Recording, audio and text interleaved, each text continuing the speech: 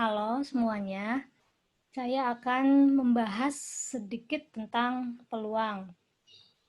Teman-teman bisa membaca materinya atau mendownload materinya terlebih dahulu di e-learning ya, atau di kolom e-learning juga itu sudah tersedia. Nah, bicara tentang peluang, biasanya kita tidak bisa lepas dari percobaannya memakai uang logam. Ini saya juga sudah menyiapkan uang logam 1.000 ya. Juga kita biasanya memakai percobaan dengan kartu. Saya juga sudah menyiapkan kartu. Ini adalah kartu premi ya. Lalu juga kita biasanya memakai percobaan dadu. Tapi sayangnya saya tidak punya dadu. Nah, dari definisi-definisi ini teman-teman bisa me, apa, bukan menyimpulkan, teman-teman bisa belajar apa tentang ruang sampel, apa bedanya dengan titik sampel. Ya, misalkan ini dalam sebuah percobaan pelemparan uang logam, nih saya punya uang logam, kalau saya lempar 1 kali, maka ruang sampelnya itu adalah gambar dan angka. Kalau uang logamnya 1 kali pelemparan, ruang sampelnya gambar dan angka. Gambar dan angka ini adalah titik sampel. Jadi titik sampelnya 2. Kalau misalkan saya lempar uang logam, saya lempar uang logamnya 2 kali, 1 kali pelemparan, terus 2 kali pelemparan. Maka titik sampelnya bisa pelemparan pertama gambar, pelemparan kedua bisa gambar. Pelemparan pertama gambar, pelemparan kedua bisa angka. Pelemparan ketiga, titik sampel yang ketiga, pelemparan pertama gambar, titik sampel yang ketiga pelemparan pertamanya angka, pelemparan keduanya juga mungkin angka. Titik sampel yang keempat pelemparan pertamanya angka, pelemparan keduanya mungkin gambar. Jadi titik sampelnya ada 4 untuk 2 kali percobaan. Lalu bagaimana kalau 3 kali percobaan, 3 kali pelemparan? Plok sekali, apa yang muncul? Misalkan angka nih, misalkan ini yang muncul angka. Pelemparan kedua yang muncul juga angka. Pelemparan ketiga yang muncul juga angka. Jadi mungkin saja titik sampel yang pertama adalah angka, angka, angka. Titik sampel yang kedua, angka lagi. Titik sampel yang ketiga, gambar. Kali ini gambar. Titik sampel yang percobaan yang ketiga, angka. Jadi tadi angka, gambar, angka. Lakukan itu, maka akan ada 8 titik sampel yang berbeda. Ya, jadi ruang sampelnya terdiri dari 8 titik sampel yang berbeda. Bisa gambar-gambar-gambar, gambar angka gambar, gambar-gambar angka, sampai ada 8 varian yang berbeda. Lakukan sendiri ya, teman-teman. Lalu bagaimana kalau yang dilempar adalah dadu, bukan uang logam. Kita lempar dadu, dadunya sayang saya nggak punya. Pasti kalau pelemparan pertama, mungkin saja yang keluar mata dadu angka 1. Pelemparan kedua kali, mungkin saja yang keluar mata dadu angka 6. Pelemparan ketiga, mungkin saja yang keluar mata dadu angka 5. Jadi, jika dalam sebuah pelemparan dadu, maka ruang sampelnya adalah sebanyak mata dadu tersebut. 1, 2, 3, 4, 5, 6. Nah, ada 6 mata dadu yang berbeda. Jadi gitu ya. Ruang sampelnya ini 1 2 3 4 5 6 adalah titik sampel. Lalu apa itu dengan kejadian atau peristiwa atau event? Teman-teman bisa baca kejadian munculnya muka gambar pada 1 kali percobaan ya, gambar. Kejadian munculnya mata dadu bernilai genap. Ya, 2, 4, 6 gitu ya.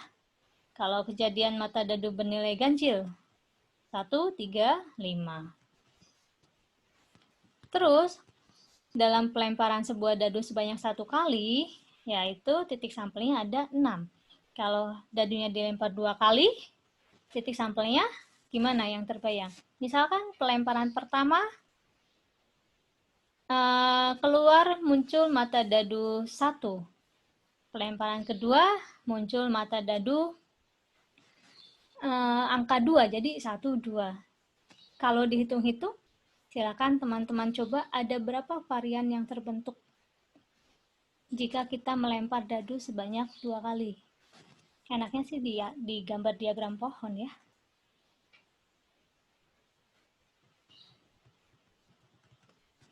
7.2 silakan dibaca. 7.4 juga itu mudah. 7.5.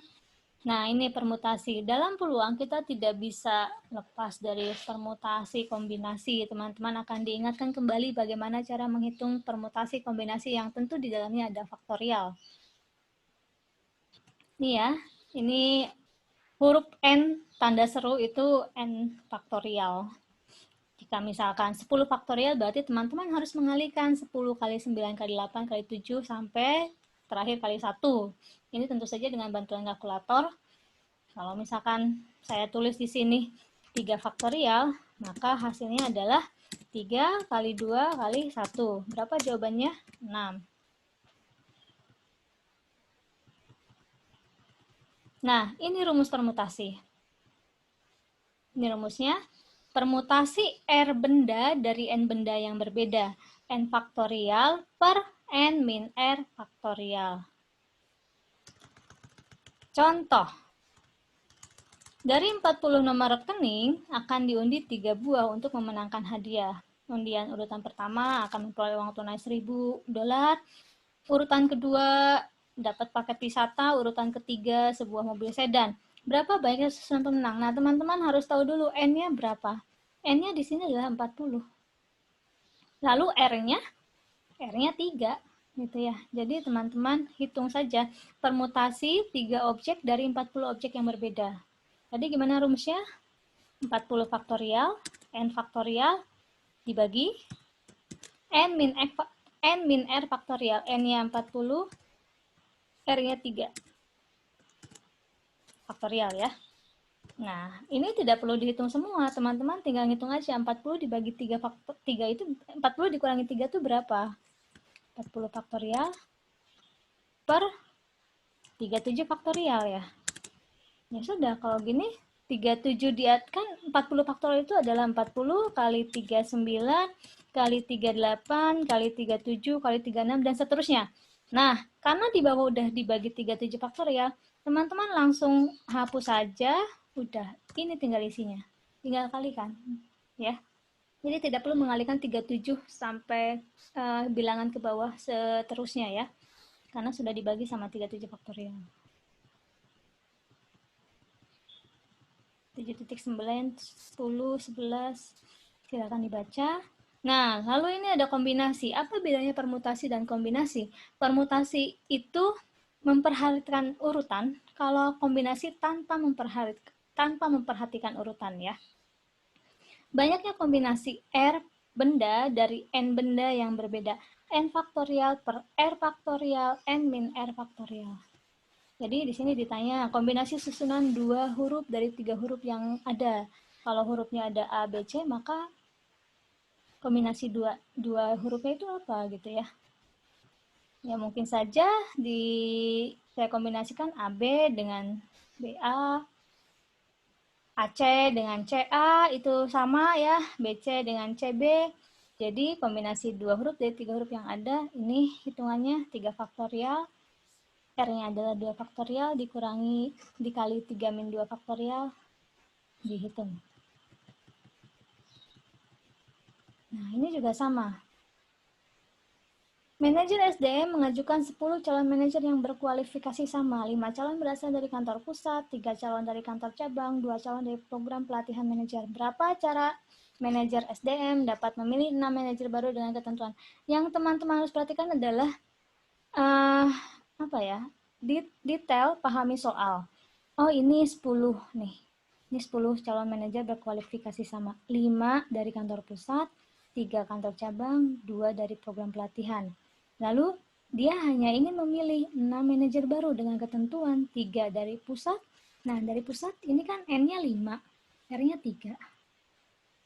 Lalu kantor cabang N-nya 3, R-nya 2. Lalu program pelatihan N-nya 2, R-nya 1. Silakan dihitung kombinasinya. Ini sudah saya hitung, hasilnya 10. 10 itu dari mana? 10 itu dari 5 faktorial per 5 faktorial dikali 5 min 3. Hasilnya adalah 10. Silahkan teman-teman jawab ya. Kalau sorry salah, ini bukan 3. Ini bukan 5, ini 3. Teman-teman jawab, hasilnya 10. Terus yang ini yang bawahnya juga sudah dihitung. Jadi dikalikan cara pemilihan manajer ada 10 kali 3 kali 2. Udah 60 cara. Nah ini yang menarik tentang diagram pohon. Ini saya pikir teman-teman sudah mendapatkan ini di SMA. Ini percobaannya 3 kali pelemparan koin ya, uang koin. Pelemparan pertama munculnya gambar adalah 0,5. Pelemparan kedua munculnya angka 0,5. Karena titik sampainya hanya 2, hanya angka atau gambar. Pelemparan kedua bisa saja gambar, bisa juga angka gitu ya. Jika pelemparan pertamanya gambar, pelemparan keduanya bisa mungkin gambar. Pelemparan pertama gambar, pelemparan keduanya bisa mungkin angka gitu. Jika pelemparan pertama gambar, pelemparan keduanya mungkin gambar. Pelemparan pertama gambar, pelemparan keduanya mungkin angka. Jadi, kalau sekali pelemparan, titik sampainya hanya ada 2, dengan peluang 0,5, 0,5, 0,5 gambar, 0,5 angka. Kalau 2 kali pelemparan, titik sampelnya ada 4, gambar-gambar peluangnya 0,25, gambar angka peluangnya 0,25 juga, angka gambar 0,25, angka-angka 0,25. Lempar lagi, pelemparan ketiga, titik sampelnya jadi 8, dengan masing-masing punya peluang 0,125. Kalau saya tanya, berapa peluang munculnya 3 gambar? Teman-teman lihat, ada berapa kejadian yang munculnya 3 gambar? Hanya ada 1 kejadian dari 8 kejadian yang mungkin. Jadi jawabannya 1/8, 1/8, 0,125. Kalau misalkan saya tanya, berapa peluang munculnya minimal 2 gambar? Minimal 2 gambar berarti 3 gambar boleh nggak? Boleh ya, kan minimal 2 gambar. Nah, teman-teman hitung ada berapa 3 gambar dan 2 gambar. Ini sudah dibikin tabel peristiwa yang mungkin. Ini ya, 3 gambar 0,125, 2 gambar mana ada nggak? Ada 1 dan 2. Jadi ada 3 kejadian yang mungkin. Peluang munculnya minimal 2 gambar.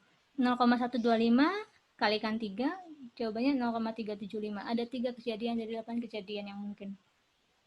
Lalu, kalau misalkan saya tanya, berapa peluang munculnya minimal 1 angka? Minimal 1 angka. 1 angka boleh? Boleh. 2 angka boleh nggak? Boleh. 3 angka boleh nggak? Boleh. Jadi yang nggak boleh yang tidak ada angkanya. Yang tidak ada angkanya adalah yang hanya gambar semua. Ya udah, daripada capek ngitung minimal 1 angka dicari, 2 angka dicari, 3 angka dicari, teman-teman hitung selainnya saja. Yang selainnya yaitu yang munculnya gambar semua.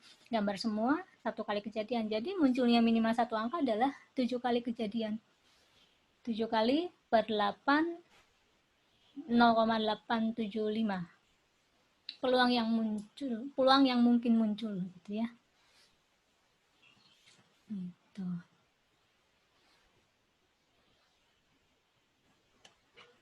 Peluang suatu kejadian. Sampai mana ya materi untuk bab 8, untuk bab pertemuan 9 ini? Oke. Sampai situ dulu. Sampai ini dulu materinya. Nanti dilanjut minggu depan.